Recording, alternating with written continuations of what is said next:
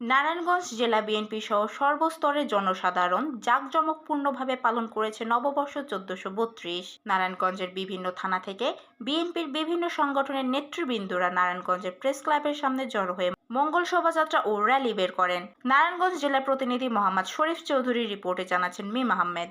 এ সময় উপস্থিত ছিলেন নারায়ণগঞ্জ জেলা বিএনপির আহ্বায়ক অধ্যাপক মামুন মাহমুদ, বিএনপির নির্বাহী কমিটির সদস্য মোস্তাফিজুর রহমান দীপু ভূঁইয়ার পক্ষে উপস্থিত ছিলেন রূপগঞ্জ থানা বিএনপির সাধারণ সম্পাদক বাসির উদ্দিন বাচ্চু, রূপগঞ্জ থানা যুবদলের সাবেক সাধারণ সম্পাদক, রূপগঞ্জ বিএনপির সহ সভাপতি, নারায়ণগঞ্জ জেলা আহ্বায়ক কমিটির সদস্য নুরুন নবী ভূঁইয়া, সাবেক ছাত্রদলের সভাপতি ও রূপগঞ্জ থানা বিএনপির সহ সভাপতি আনোয়ার সাদাত সায়েম, নারায়ণগঞ্জ জেলা মহিলা দলের সভাপতি মায়া, রূপগঞ্জ উপজেলা মহিলা দলের সভানেত্রী হাওয়া বেগম সহ বিভিন্ন ওয়ার্ড এবং ইউনিয়নের নেতৃবৃন্দ।